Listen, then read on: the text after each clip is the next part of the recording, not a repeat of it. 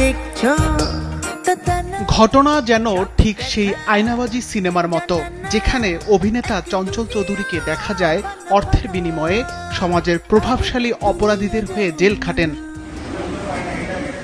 এবার এই ঘটনায় সত্য হয়ে ধরা দিল নরসিংদীতে মানব পাচার মামলার এক আসামির পক্ষে অর্থের বিনিময়ে অন্য একজনের জেল খাটার অভিযোগ উঠেছে, যা পুলিশি তদন্তে বেরিয়ে এসেছে।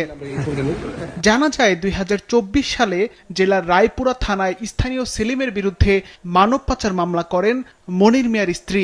এক পর্যায়ে মামলার প্রকৃত আসামি সেলিমের পরিবর্তে আদালতে আত্মসমর্পণ করেন হারুন মিয়া নামে আরেকজন, যাকে জামিন না দিয়ে পাঠানো হয় কারাগারে।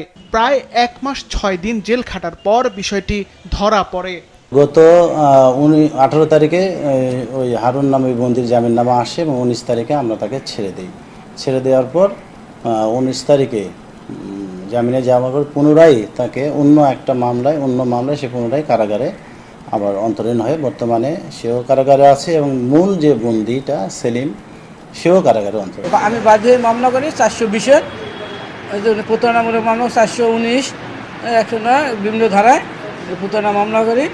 মামলা ওনাকে 19 তারিখে গ্রেপ্তার দেখানো হয়েছে। বিষয়টি জানার পর বিচারক মোহাম্মদ আলী আহসান জামিন দেন ভাড়ায় খাটা আসামি হারুনকে। তবে তিনি ফেঁসে যান প্রতারণা, জালিয়াতি ও আদালতকে বিভ্রান্ত করার মামলায়। নতুন করে গ্রেফতার হন হারুন। এদিকে প্রকৃত আসামি সেলিম গেল 18 মে আদালতে আত্মসমর্পণ করলে তাকেও কারাগারে পাঠানো হয়েছে। বিচারক মহোদয় এটা তদন্তের জন্য নির্দেশ দেন। নির্দেশে দেখা গেছে যে প্রমাণিত হয় যে আসলে এই আসামি সেই আসামি না। জানা যায় প্রতারণা, জালিয়াতি ও আদালতকে বিভ্রান্ত করার মামলার আসামিকে 1 থেকে 7 বছরের কারাদণ্ড এবং অর্থদণ্ডের বিধান রয়েছে।